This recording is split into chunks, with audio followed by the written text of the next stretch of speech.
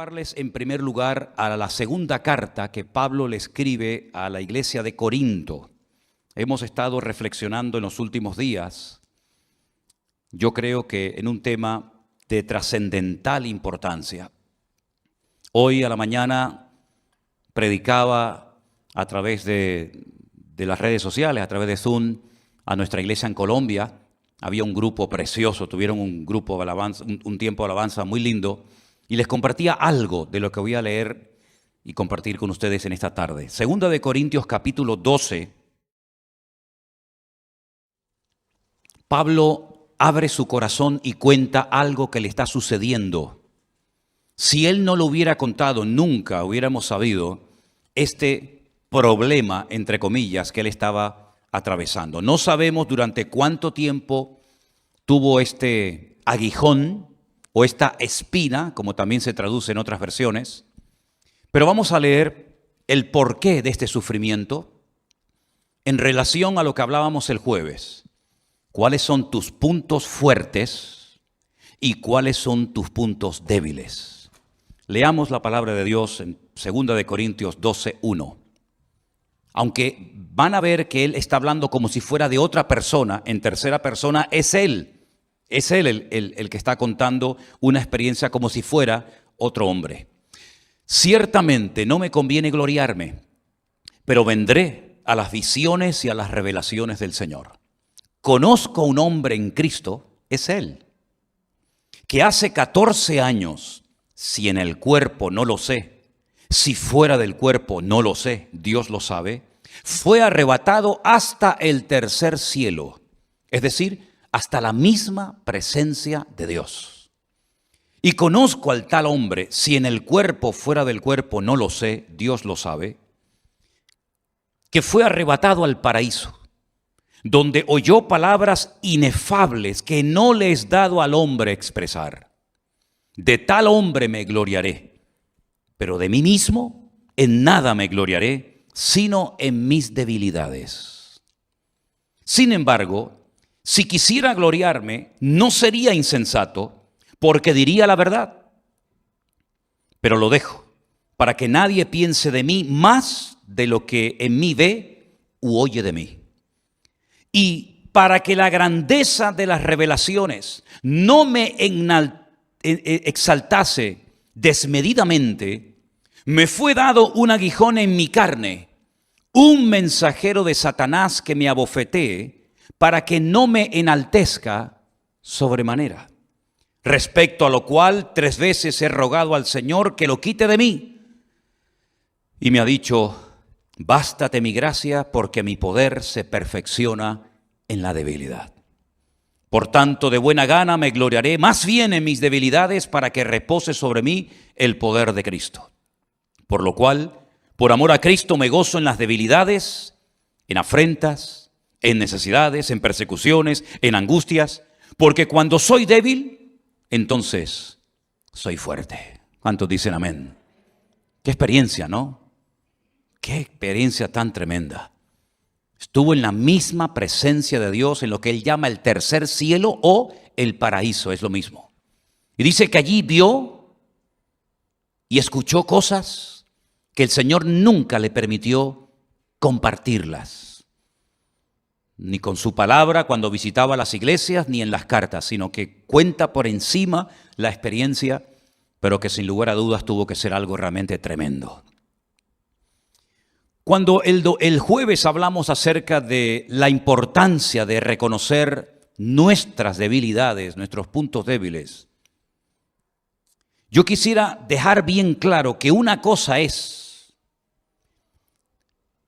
el sentirnos débil, incapaces, nerviosos, por una responsabilidad que tenemos por delante, como por ejemplo me está pasando a mí con esto de México, que se está creando una expectativa y se está haciendo toda una, como dice el pastor José Arena, una auténtica revolución que a mí como persona, como hombre, me tiene todo el día temblando. Porque estas cosas a mí sinceramente me ponen muy nervioso. Una cosa es sentirnos débiles, ya digo, incapaces de poder cumplir con esas responsabilidades tan enormes que Dios pone sobre nuestros hombros. Y es bueno sentirse así, porque así no pierdes el contacto con la tierra y no te crees bajo ningún concepto que todo lo puedes y que todo lo sabes y que no hay nada que no puedas superar. Eso es una cosa. Y otra cosa muy diferente es el tema de las debilidades, en las cuales tenemos que trabajar mucho para que se conviertan con el paso del tiempo, con la ayuda del Señor, en puntos fuertes. Amén, hermanos. Si no mezclemos una cosa con otra, porque no tienen nada que ver. Los puntos débiles de nuestra vida no debemos de ocultarlos. Primeramente porque el Señor los conoce. Y como dijimos el día jueves, si esos puntos débiles no los reconocemos y se los entregamos al Señor, son auténticas amenazas en nuestro camino. Es como entrar en un terreno lleno de minas, que en cualquier momento puede salir por los aires porque no sabes dónde está el explosivo. Y ocultar los puntos débiles de nuestra vida. Permítame ponerles el ejemplo de cuando Faraón en Egipto dio un edicto que dijo que tenían que matar a todos los niños pequeños, lanzarlos al río Nilo para que se ahogaran. Dice la Biblia que una familia ocultó a su hijo durante 3 meses.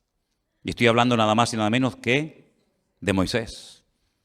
Es imposible ocultar a un bebé. En algún momento llora, en algún momento hace ruido. Y cualquier madre que ya hubiera tirado al río o lo hubieran tirado al río a sus hijos, al ver a la vecina con su hijo escondido, probablemente te podría delatar y decir, ¿por qué yo tengo que experimentar este dolor y tú tienes el gozo y la alegría de poder tener a tu hijo escondido? Pues en cierto sentido, tratar de ocultar los puntos débiles es como decía el salmista, ¿dónde huiré de tu presencia? ¿Dónde me esconderé de tu Santo Espíritu? Ya que todo Dios lo ve, lo conoce y lo sabe perfectamente. Es absurdo intentar ocultar nuestros puntos débiles, porque cuanto antes los reconozcamos y los confesemos, pidiéndole ayuda al Señor, antes podremos superarlos y vencerlos en el nombre del Señor. Tratar de ocultar un punto débil, una debilidad de nuestra carne, de nuestro carácter, de nuestra forma de ser, es como intentar ocultar un cadáver en casa.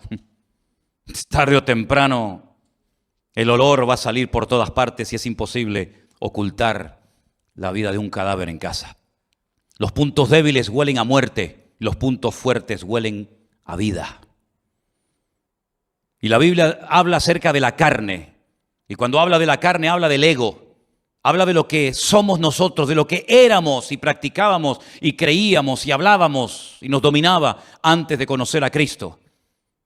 Gracias al Señor que ahora somos nuevas criaturas en Cristo Jesús, Señor nuestro. Las cosas viejas pasaron, he aquí todo es hecho nuevo. Pero el cristianismo no se vive con un cuerpo glorificado.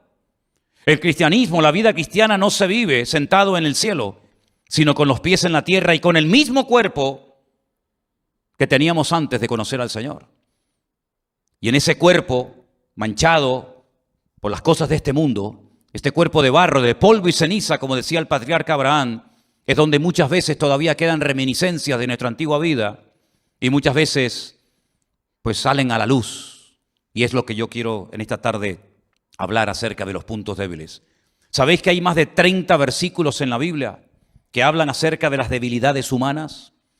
Y me llama muchísimo la atención que la Biblia no presenta a los hombres de Dios, a los hombres y a las mujeres, como personas que nunca fueron tentadas, que nunca tuvieron debilidades, que todo lo que hacían les salía bien, sino más bien todo lo contrario. El Señor no oculta el pecado de Adán y Eva. Podía haberlo pasado por alto, pero no lo hace. La Biblia dice que oyeron la voz de Satanás, le creyeron, le obedecieron y perdieron su comunión con Dios por desobediencia. Y la Biblia lo dice. La Biblia no oculta el asesinato de Caín. La Biblia no oculta la envidia y los celos de los hermanos de José cuando lo quieren matar, pero por la gracia de Dios se salvó y fue esclavo durante muchos años en Egipto. La Biblia no oculta las triquiñuelas de Jacob, tratando de obtener la bendición a toda costa, ¿verdad?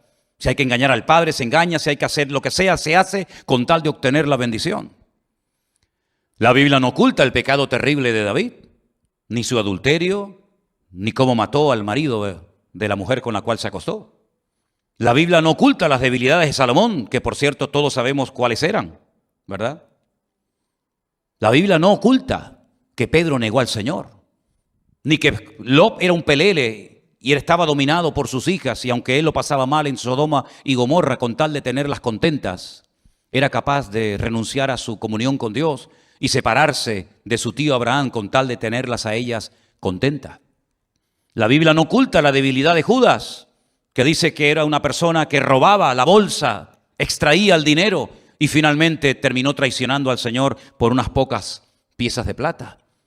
La Biblia no oculta que uno de los compañeros de ministerio de Pablo, Demas, lo abandonó, pero no para irse con otro ministerio o para congregarse en otra iglesia o para servir al Señor en otro continente o de otra manera, sino que se fue al mundo. La Biblia no oculta el pecado de Alejandro el calderero, que dice que le causó muchos males al apóstol Pablo estando en la prisión. En otras palabras, la Biblia es un libro que refleja la carnalidad de los hombres y también su santidad.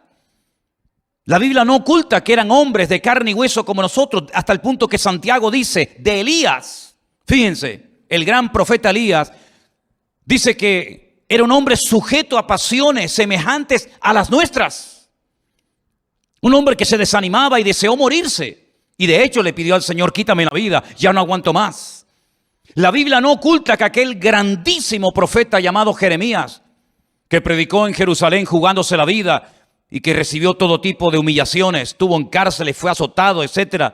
La Biblia no oculta que hay un momento en el que dice, no predico más. Total, ¿de qué sirve hablar? ¿De qué sirve amonestar? ¿De qué sirve advertir al pueblo de su pecado? Si nadie se convierte, nadie cambia, todo sigue igual o peor. La Biblia no oculta que se hartó y le dijo al Señor, ya no aguanto más. Aunque dice que mientras callaba, un fuego de Dios ardía en sus entrañas porque sabía que él era la voz de Dios que tenía que hablar en Jerusalén.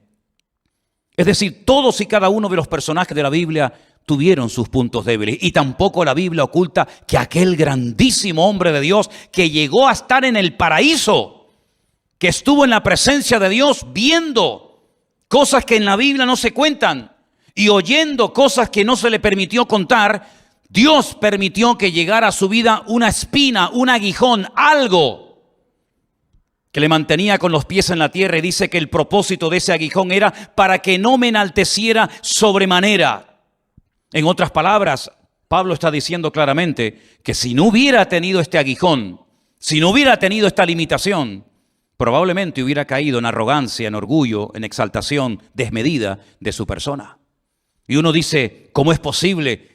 Pablo, un hombre que habla del fruto del Espíritu, que habla del amor, de la paz, de la paciencia, de la benignidad, un hombre con tanta experiencia, un hombre tan usado, un hombre tan bendecido, con unas experiencias tremendas, un hombre que conoció al Señor de una forma espectacular, tuviera tendencia con estas experiencias sobrenaturales y genuinas de Dios al orgullo, al enaltecimiento. Pues ahí está, más claro agua.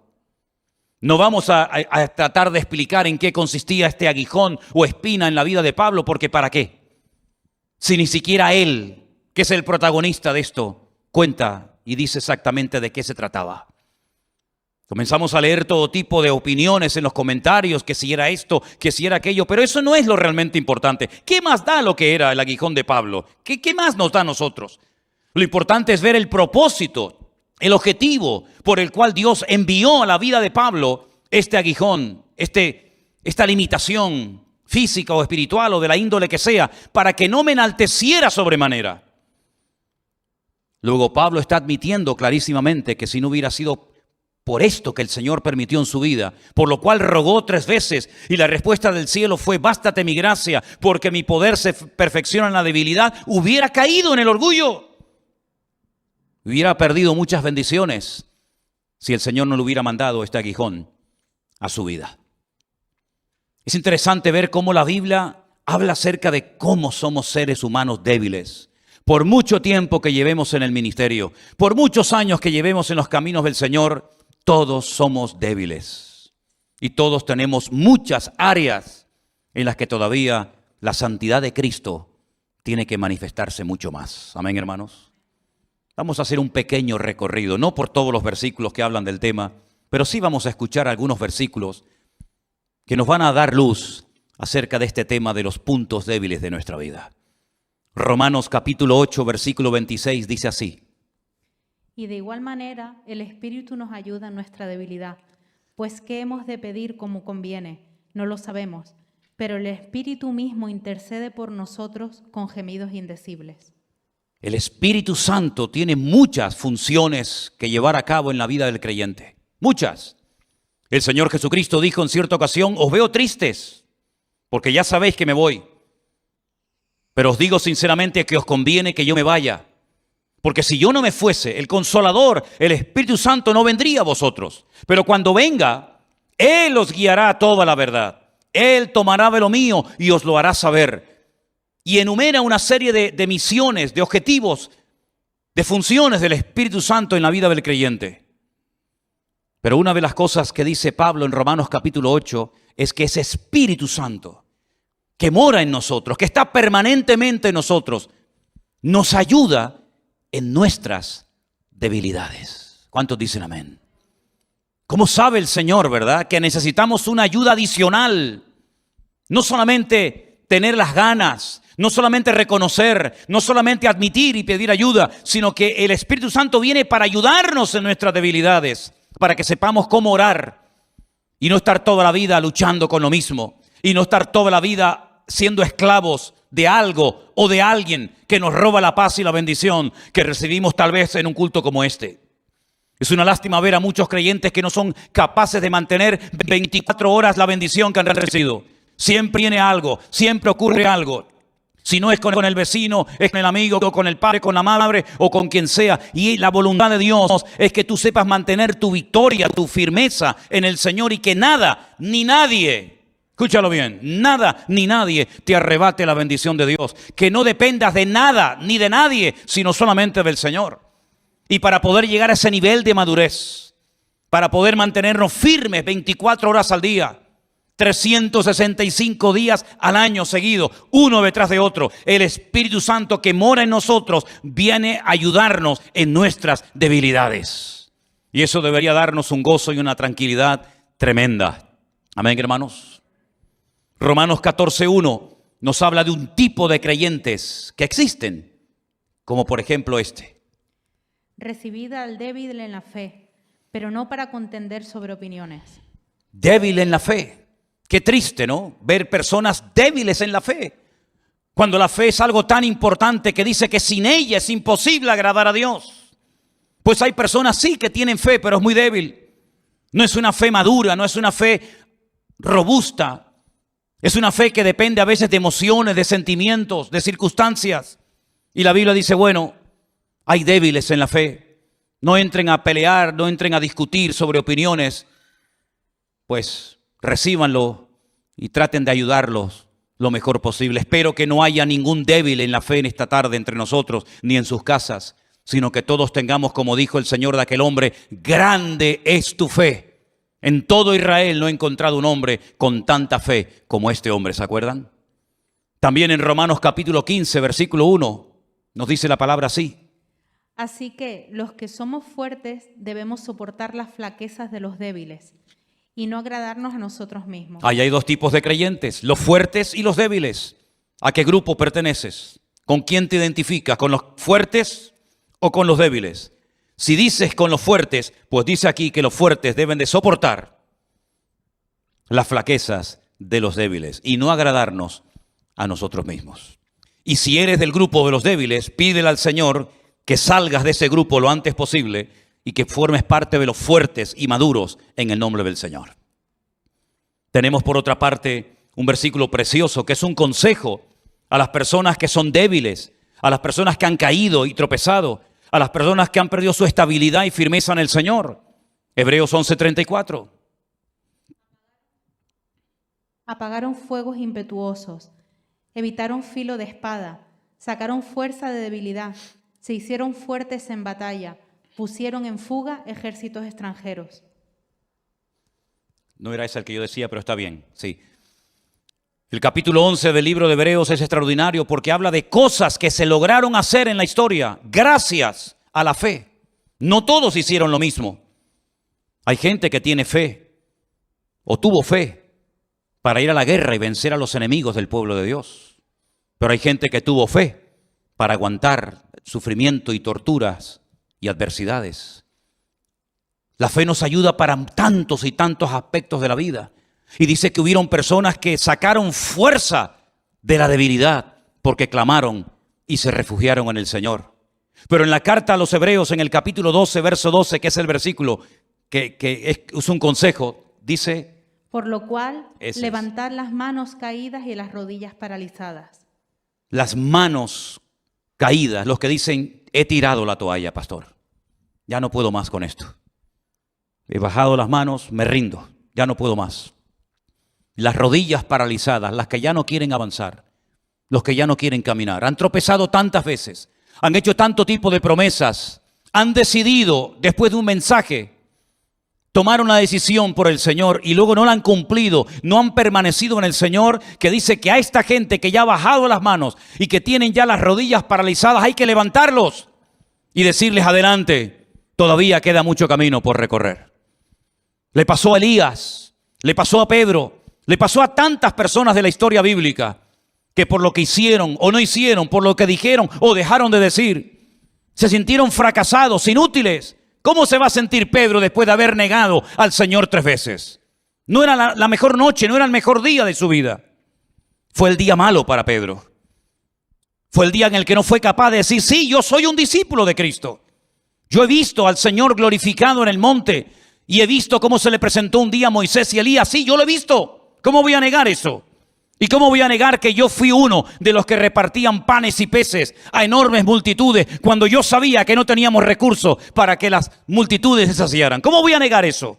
¿Cómo voy a negar que un día entró a mi casa y oró por mi suegra y la fiebre desapareció al instante?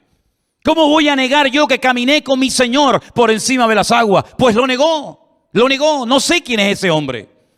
Y por eso dice que esa noche lloró amargamente. Y por eso el Señor, cuando resucita 3 días más tarde, le dice a una de las mujeres: dile a mis discípulos y a Pedro, porque él dice que no quiere ser más de mi grupo. A mis discípulos y a Pedro, dile que vayan a Galilea, que allí yo me voy a encontrar con ellos. Y vemos al Señor que le da una segunda oportunidad y lo restaura y lo levanta y le dice: apacienta mis corderos. Sí, al que había negado 72 horas atrás al maestro, le dice: apacienta mis ovejas. Es decir, no sigas en ese estado de frustración y de amargura y de tristeza, porque yo todavía puedo usar tu vida poderosamente. Y aquel que le dijo: si no veo las llagas y meto mi dedo en sus llagas y en su costado no creo, a ese también el Señor se le apareció. Y tantas personas de la Biblia que fracasaron y cayeron en su debilidad, pero que el Señor los restauró, porque nuestro Dios no solamente es un Dios que salva, sino un Dios que restaura a los que han caído y han bajado las manos y tienen sus rodillas paralizadas.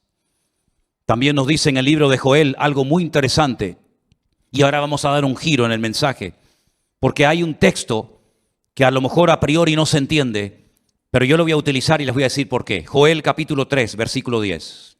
Forjad espadas de vuestros azadones, lanzas de vuestras hoces.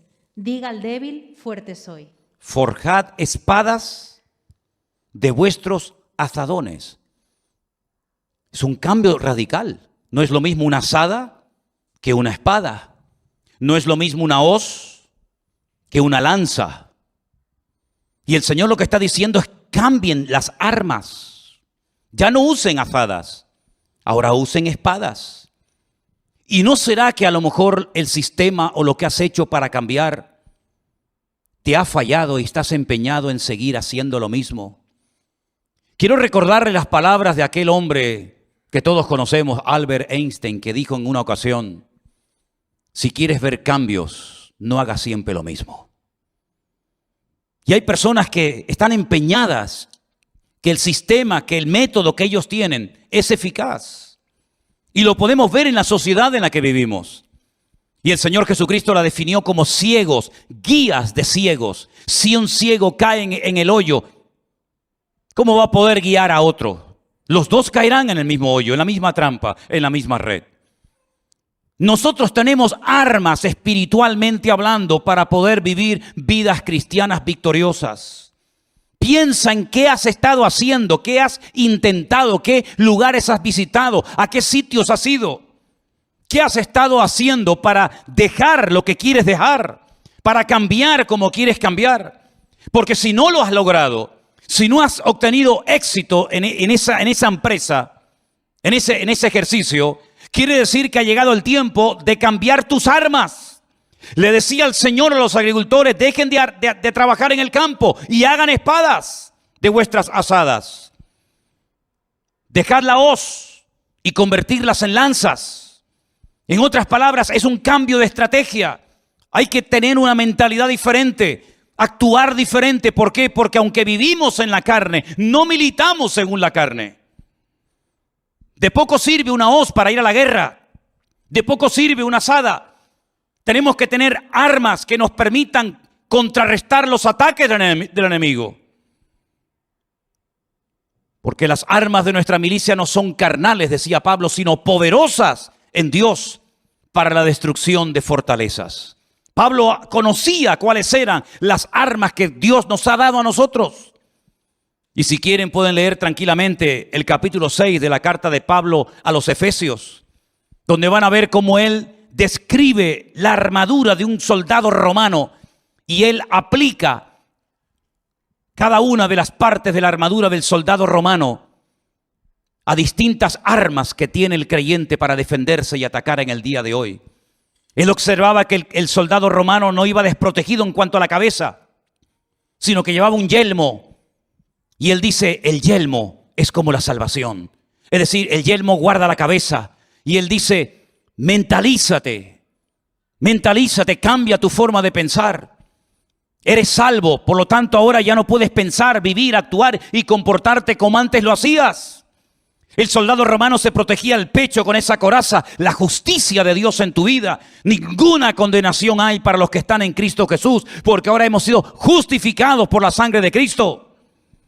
Él sabía que el soldado romano necesitaba un escudo para poder repeler los ataques del enemigo, y él dice, ese escudo lo voy a comparar a la fe. Porque cuando el diablo te lanza un dardo de fuego, tú puedes usar el escudo de la fe y neutralizar al enemigo. Pero hace falta una espada. Hace falta un arma que te permita atacar y neutralizar al enemigo. La espada es la espada del Espíritu, que es la palabra de Dios. Y cuando camines por la vida ya no caminas en la carne, ya no caminas en el ego, en la arrogancia, en la soberbia, sino ahora con el apresto del Evangelio. Ahora tenemos un mensaje que transmitir, tenemos una palabra que comunicar, el Evangelio de Jesucristo, que dice ir por todo el mundo y predicar este mensaje. En otras palabras, el cristiano no va por la vida desprotegido. ¿Y ahora qué hago? ¿Ahora qué hago? Cada vez que tengo problemas vengo a la iglesia y cuando se me resuelven ya no vengo más. Esa no es la vida que la Biblia describe para ti y para mí. La Biblia nos enseña que es bueno congregarse. No dejéis de congregaros como algunos tienen por costumbre, dice la Biblia. Ya en el siglo I había hermanos que no le daban importancia al congregarse. Pero no es suficiente con congregarse. Tú tienes que aprender a defenderte tú solito, tú sola en casa. Cuando eres tentado, cuando eres calumniado, cuando eres perseguido. A lo mejor vives en una familia donde tú eres la única, el único convertido y se ríen de ti tus compañeros de trabajo. ¿Cómo actúo? ¿Cómo hablo? ¿Cómo reacciono? Como dice la palabra de Dios. Con esas armas. El nombre de Cristo es una de ellas. La oración es otra. La palabra de Dios es otra, y así cada una de esas armas me ayudan a vivir en victoria. Hay que cambiar las armas. Miren, por ejemplo, esta serie de fotografías que vamos a mostrarles. Esa era un arma muy poderosa hace siglos, la famosa catapulta. Hoy en día sería ridículo ir a la guerra con una catapulta.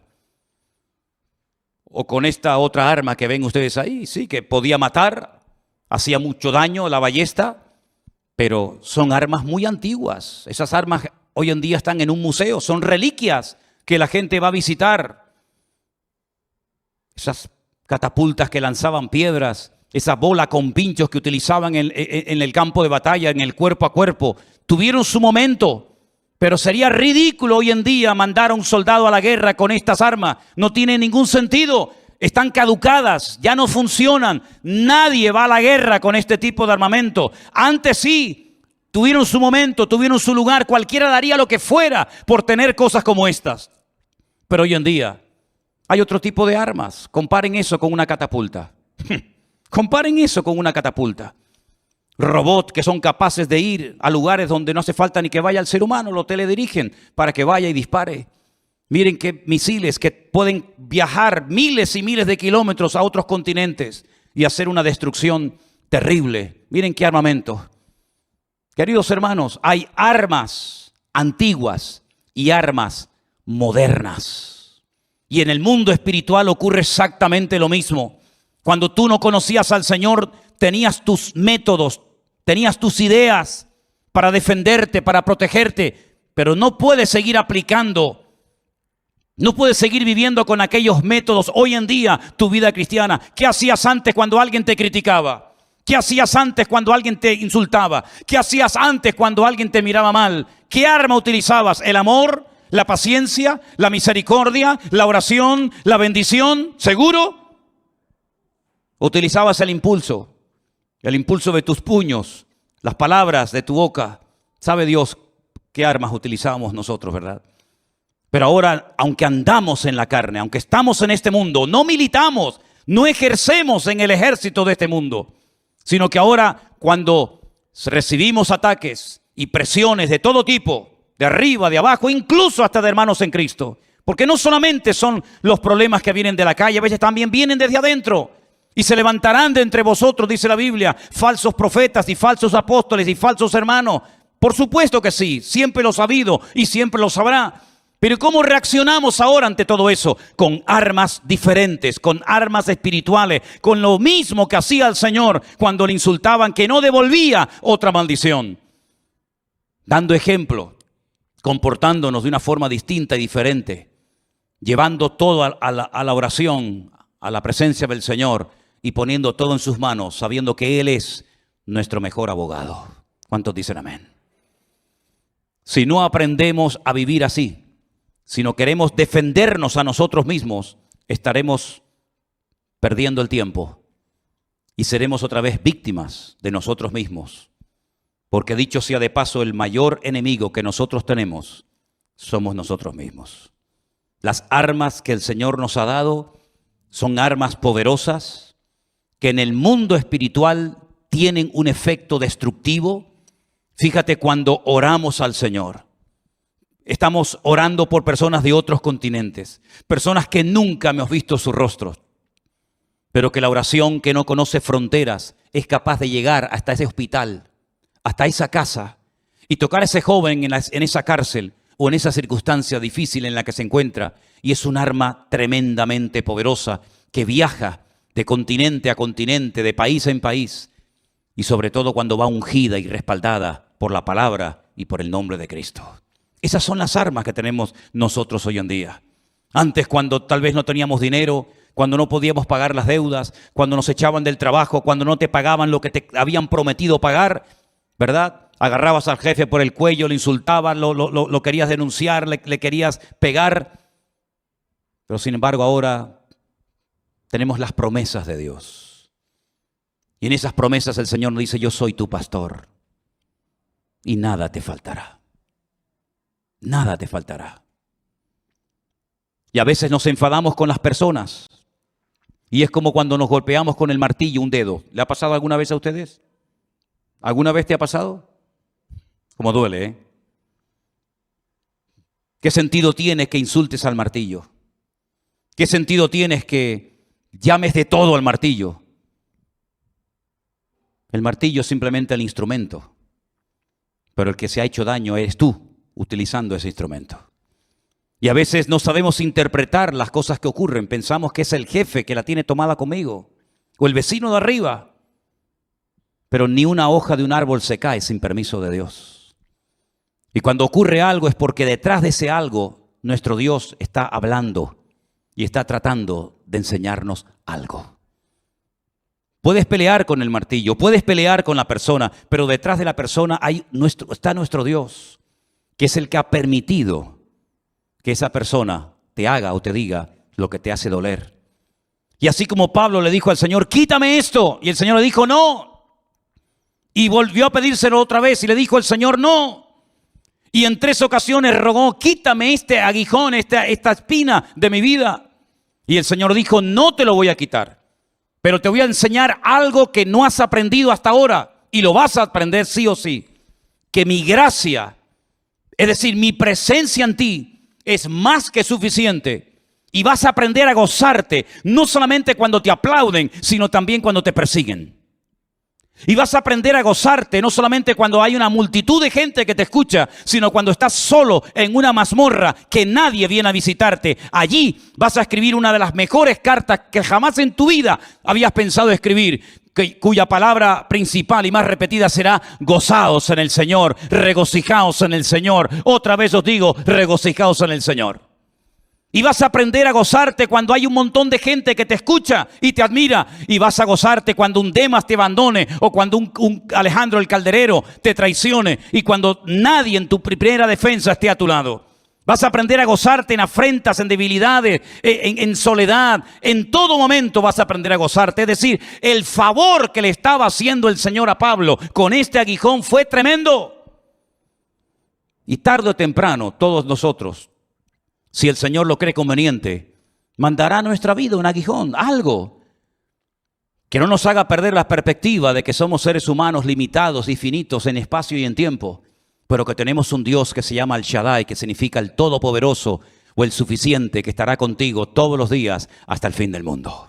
Bendito sea Dios. Hay lecciones que se aprenden leyendo la Biblia. Las captas, las aprendes, las memorizas, las interiorizas, las pones en práctica. Amén.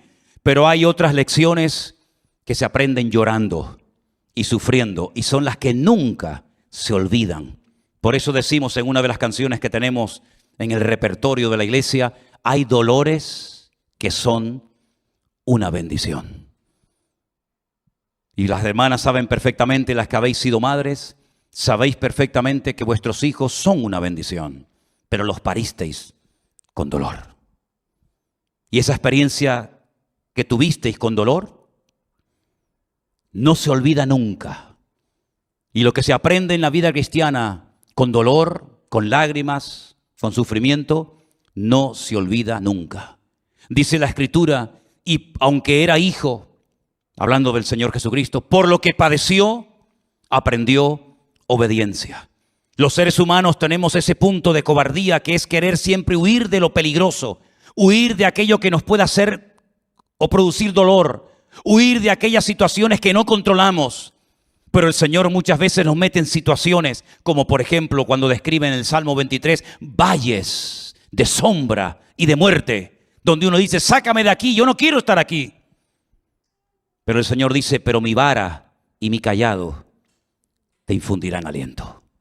Y el Señor a veces permite que nos rodeen ejércitos, como lo permitió con la vida de David, que pensaba que iba a morir, pero llegó a escribir uno de los salmos más hermosos que jamás había escrito, cuando dijo: el Señor es mi luz y mi salvación. Aunque un ejército acampe contra mí, no temerá mi corazón. Y eso lo escribió en medio de un ejército que lo quería devorar. Así que, mis queridos hermanos, todo en la vida, siempre y cuando andemos en orden, en santidad y en obediencia, todo tiene una razón de ser. Y antes de que termine este año, oraremos y confesaremos y trabajaremos para que los puntos débiles de nuestra vida se conviertan en puntos fuertes para la honra y la gloria del Señor. Y usted dice: ¿se puede? Claro que se puede. Mira a Pedro negando al Señor y años más tarde muriendo crucificado en Roma para la gloria del Señor. Mira a Juan diciendo: ¿quieres que oremos para que caiga fuego del cielo y los destruya a todos? Y al final fue el hombre que más pronunció la palabra amor. Amaos los unos a los otros, porque el que ama ha conocido a Dios, y el que no ama no ha conocido a Dios, ¿verdad? Claro que se puede cambiar, claro que uno puede ser restaurado, pero uno tiene que querer. Y la pregunta que yo os hago esta tarde es: ¿queréis verdaderamente superar los puntos débiles de vuestra vida, sí o no? Pues ponte de pie en esta tarde y eleva esta palabra de oración al Señor. Y pídele con toda tu alma y con todo tu corazón a Él, que te ve y te conoce perfectamente, que te ayude, que te renueve, que te transforme y te cambie, para que con su ayuda y su bendición y su palabra en nosotros podamos superar toda debilidad que todavía pueda estar entre nosotros. Ahí donde estás, habla con el Señor y pídele en este momento a Él que haga ese cambio en ti, que haga esa obra que solamente Él puede hacer. No esperes cambios del hombre. El único que nos puede cambiar genuinamente y para siempre es nuestro Dios. Y por eso clamamos a ti en esta tarde, oh Dios del cielo, pidiéndote, Señor, que tu Espíritu Santo que mora en nosotros fortalezca nuestras debilidades y que tu palabra que mora en nosotros nos ayude a dejar a un lado todo aquello que nos separa y nos distancia de ti, Señor. Te damos infinitas gracias, oh Dios, porque contigo tenemos la victoria. Y ninguna condenación hay para los que están en Cristo Jesús, Señor nuestro. Y por eso, Señor, creemos y confesamos que tú nos ayudarás a ser cada día más fuertes en Dios. Y tu promesa es, diga el débil, fuerte soy. Dígalo conmigo. Fuerte soy en el Señor. Aleluya. Bendito sea tu nombre, oh Dios. Levanta conmigo tu mano al cielo y dile al Señor Jesús en esta tarde que renueve tu vida y renueve todo tu ser. Aleluya.